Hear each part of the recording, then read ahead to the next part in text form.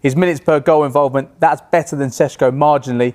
SEŠKO better when it comes to minutes per goal. And look at the XG there. His conversion rate is significantly better than Ollie Watkins over the course of the last 2 seasons. Those are the 2 seasons he's been at RB Leipzig. So a plus 9.5 XG means he scored nearly 10 goals more than you'd expect based on the chances that have been created for him and the shots he's taken. That's a Watkins who scored 3 more than we'd expect, but he's still got a very healthy conversion rate. Last season, Manchester United's number 9 scored 4 goals in 32 Premier League matches in the form of Rasmus Højlund. I don't think you can blame him entirely. Still a young striker finding his way, but if United can do a deal for a striker, I think most United fans probably feel they need to sign a striker in this transfer window, though Rasmus Højlund did look quite encouraging the other night against West Ham. There is definitely a player there.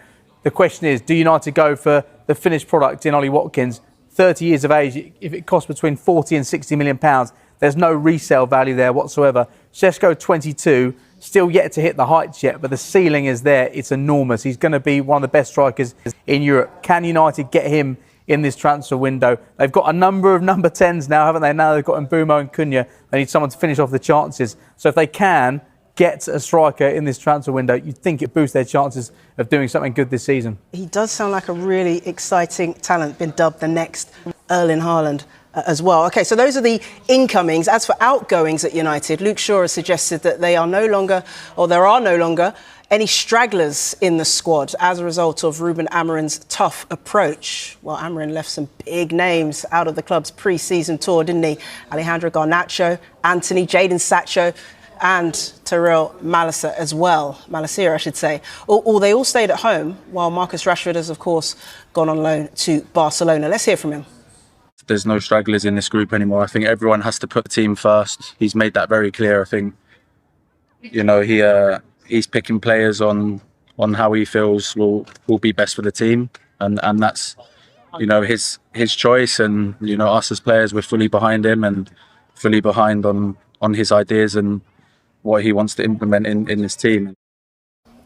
Yeah, I think that's a good insight, isn't it, James? Will we see any more departures then from Old Trafford anytime soon? Because they've got players they want to get off their books. Yeah, I thought it was fascinating hearing from Luke Shaw there. I think he was talking about stragglers in terms of a mentality shift rather than pointing out the players who are not there right now with United on this pre-season tour, because we know there's 4 players who are training away from the first team, aren't there in the US right now. Alejandro Garnacho, Anthony, Jadon Sancho and Tyrell Malacia. Ruben Amorim suggested last week that none of the players would be sold for a cut price fee and they would be reintegrated if they're not sold. I'm not so sure that's the case. Maybe that was a negotiating strategy from Amorim. I think Garnacho is absolutely key here, because any money United make on Garnacho in this transfer window will represent pure profit, which will give them a huge amount more flexibility in this transfer window. Now, Aston Villa, they've been keen on him, but are understood to be unable to meet the asking price to buy him outright at this moment in time. Chelsea still maintaining an interest, despite the fact they signed Jamie Gittins earlier on this summer, but it remains to be seen if they act upon that. Borussia Dortmund are interested in re-signing Jadon Sancho once again. This would be the 3rd time they've signed him, but I think wages are going to be an issue here. Juventus have also held talks. Napoli may now revisit the chance to sign Jadon Sancho, having missed out on their first choice wide option. He's heading to Nottingham Forest. More on him later in the show. As for Anthony, actually I think he helped his market value somewhat at Real Betis last season. They reached the Conference League final, and Real Betis would like to bring him back, ideally this season.